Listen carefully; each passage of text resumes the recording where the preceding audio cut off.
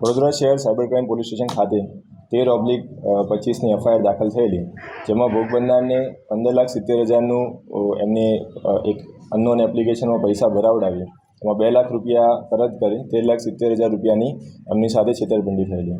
જે બાબતે technical, human intelligence અને મની ટ્રેલના આધારે જે ગુનામાં સંડોવાયેલ એકાઉન્ટ્સ હતા તેની તપાસ કરતા તે એકાઉન્ટ દિલ્હી ખાતેથી ઓપરેટ થતા હતા એવું જાણવા મળેલું. તે બાબતે અમારી ટીમ દ્વારા PI Solanki, PI JD Parmar અને ટીમ દ્વારા દિલ્હી ખાતે જઈને પીઆઈ સોલંકી દ્વારા 7 કલાક ત્યાં રેકી કરીને 4 આરોપીઓને ઝડપી પાડવામાં આવેલ છે.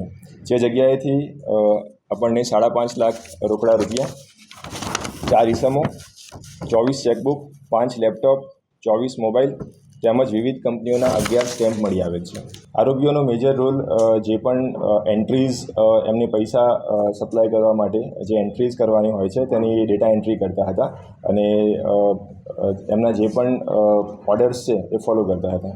મુખ્ય એમો એ પ્રકારે હતી કે આમાં એક એપ્લિકેશન બનાવવામાં આવેલ હતી. જે એપ્લિકેશનમાં એક લિંક દ્વારા ભોગ બનનારને સૌથી પહેલાં એક વોટ્સએપ ગ્રુપમાં એડ કરવામાં આવે છે. ત્યારબાદ તેમને એપ્લિકેશન ઇન્સ્ટોલ કરવામાં આવે છે, જે એક ડમી એપ્લિકેશન હોય છે, જેમાં ભોગ બનનાર દ્વારા પૈસા જમા કરાવવાથી તેમાં એક વર્ચ્યુઅલ એકાઉન્ટમાં પૈસા જમા થાય છે, પરંતુ તે તેમના જે એકચ્યુઅલ ડીમેટ કાર્ડ હોય છે, જે ડીમેટ એકાઉન્ટ એ લિંક નથી હોતું. આ એક ફરજી એકાઉન્ટ હોય છે. તો તેમાં પૈસા ભરવામાં આવે છે અને ત્યારબાદ વધુ રિટર્નની લાલચ આપીને તેમને વધુ પૈસા ભરાવીને છેતરપિંડી કરવામાં આવે છે.